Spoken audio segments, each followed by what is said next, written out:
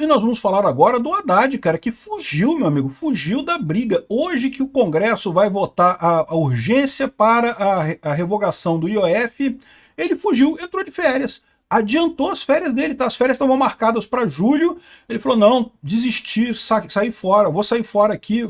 E saiu de férias hoje, essa semana, para evitar mais desgastes, né? Olha que vergonha, bicho. O governo está acabando, cara. Esse governo está desmoronando, bicho.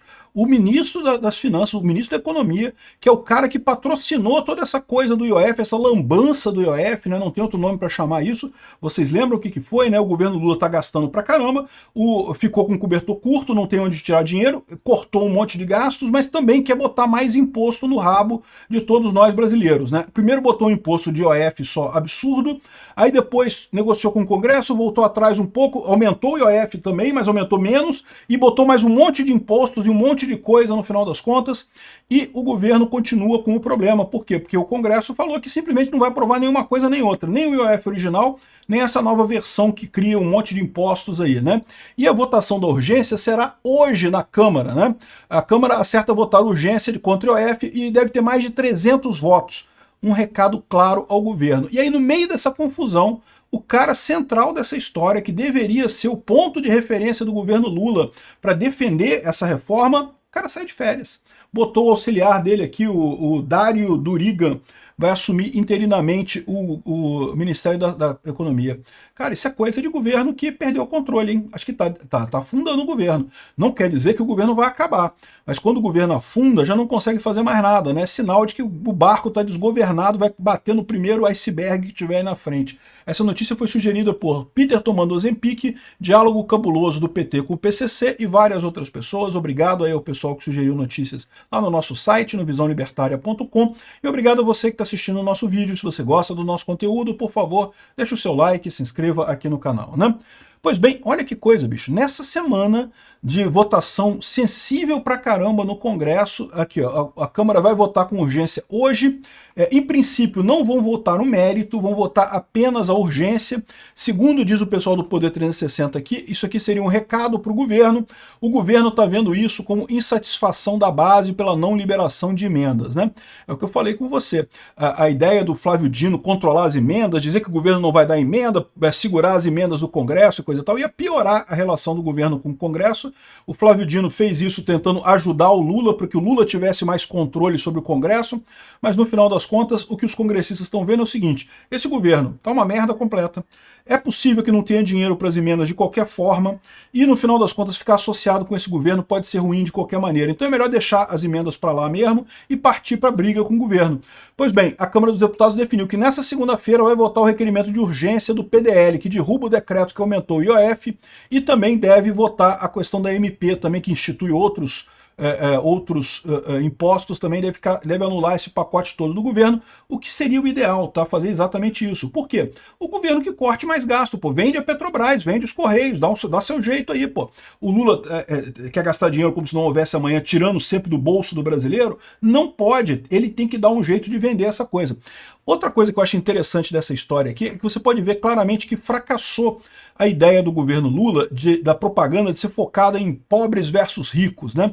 O governo Lula de novo insistiu nisso. Toda a desculpa do Haddad é que esse projeto aqui ia mirar o pessoal da cobertura. Ah, e a cobertura vai voltar a pagar o condomínio, não sei o que lá, uma coisa que não tem sentido nenhum, uma ideia sem sentido, mas é mais uma vez a velha retórica da esquerda de ricos versus pobres e coisa e tal, quando todo mundo percebe que o que está acontecendo aqui é o governo roubando ricos e pobres ao mesmo tempo, né?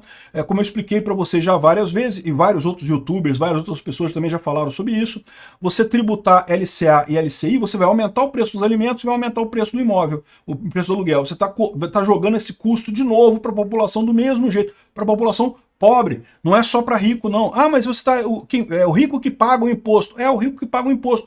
Mas se ele vai pagar o imposto na hora de emprestar dinheiro para o agronegócio, ele pode pegar esse dinheiro dele agora e fazer outra coisa com esse dinheiro. Não vai mais emprestar para o agronegócio. E se ele não vai mais emprestar para o agronegócio, o que vai acontecer? Vai ter menos dinheiro para o agronegócio. E se vai ter menos dinheiro para o agronegócio, vai ter menos coisa sendo plantada, menos bois sendo cuidado. Enfim, no final das contas, você vai ter menos comida sendo produzida e vai inevitavelmente aumentar o preço do alimento em algum momento aí do futuro. Então não tem jeito, todo imposto é imposto sobre a sociedade. Não existe, vou botar imposto sobre os ricos. A sociedade inteira vai pagar esse imposto. Isso vale para qualquer imposto. Vou botar imposto sobre os bancos. Meu amigo, imposto sobre os bancos, o banco vai passar na tarifa que você paga lá das coisas que você usa no banco.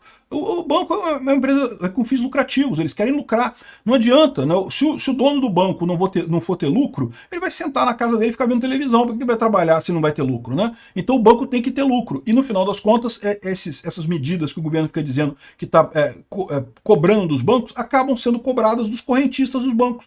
Não tem outra maneira de fazer isso. Não existe isso, esse negócio de imposto, de resolver a economia através do Estado, através de imposto. Sempre piora a situação. O governo é o grande concentrador de renda no Brasil. Achar que o governo distribui renda é balela.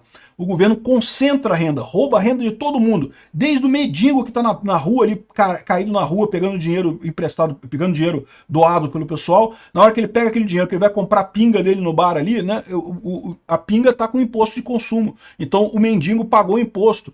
Todo mundo paga imposto, o pobre paga imposto pra caramba no Brasil. O governo não distribui renda de nada, ele concentra a renda. Aí essa renda vai lá pro governo e a maior parte vai para quem? Funcionários públicos, do STF, as lagostas do STF, os nababescos do Congresso e do Executivo, a montanha de amiguinhos sindicalistas do Lula, que o Lula colocou em cargos no governo, um monte de gente sindicalista idiota, pelego, que não sabe fazer porra nenhuma, um monte de cupincha do Lula em um monte de lugar do governo, o dinheiro vai para esse pessoal. Você está concentrando renda, está tirando dos mais pobres e dando para esse pessoal, né? Enfim, isso é um outro sinal. Falhou completamente essa tentativa do governo Lula de usar o chavão do rico versus pobres. Não que nós somos a favor dos pobres e vamos brigar com os ricos para cobrar imposto. Não está colando isso. Todo mundo já percebe que o governo rouba de ricos e pobres. Rouba de todo mundo. O governo não resolve o problema da pobreza ou da riqueza ou de ninguém. Né? E o pior, né, sempre acaba ajudando os mais ricos no final das contas, porque os ricos têm poder, o dinheiro tem poder. O rico compra deputado, o rico compra o Lula, né, claramente, né, um monte de corrupção que teve no primeiro governo do Lula e está tendo agora também. O pobre não consegue comprar ninguém, aí, ou seja, o pobre se fode de novo. O rico, por mais que o governo invente coisas, invente regulamentações, sempre ajuda o rico e prejudica o pobre. Então, aqui a Câmara está votando isso daqui, mas é importante notar isso, tá? Segundo disse o Hugo Mota, eles vão votar apenas a urgência do assunto, não vão votar o mérito. Seria uma forma de pressionar o Lula a mudar alguma coisa. Aqui, ó, o presidente Hugo Mota havia optado por pautar a urgência depois da insatisfação com a medida provisória do Executivo editada nessa quarta-feira, que aumentou impostos. Entre as medidas, o Executivo quer taxar investimentos hoje isentos, como a LCA e a LCI. E o Mota diz que não está no cargo para servir a projeto político de ninguém, ou seja, ao Lula, né? O acordo foi visto pelo governista como um aceno de insatisfação da Câmara sobre liberação de emendas. Então, repara, o Hugo Mota não disse que é um aceno por questão de emendas. É o governo Lula, que é um governo fraco, um governo que não tem ideias, um governo que está aqui só para roubar a população, que está vendendo essa ideia de que é tudo por questão de emendas, né? Tá aqui a Gleisi Hoffmann aqui, ó.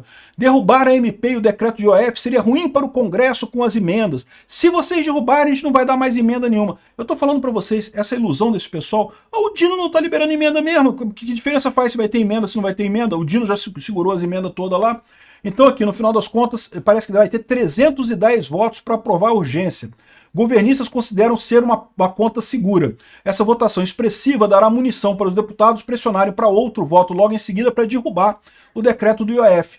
Essa possibilidade é remota, entretanto, mantendo o caráter de recado dos deputados. Ou seja, a gente vai ver, no final das contas, se vai ser as duas coisas juntas, esse é o ponto importante, ou se vai ser só recado dos deputados. Se for só recado dos deputados, existe a possibilidade de realmente eles quererem só mais verbas de emendas. Pode ser.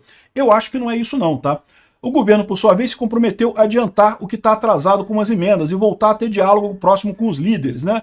O que não vai conseguir, pô. O Dino segura as emendas todas, então não tem diálogo com os líderes, né?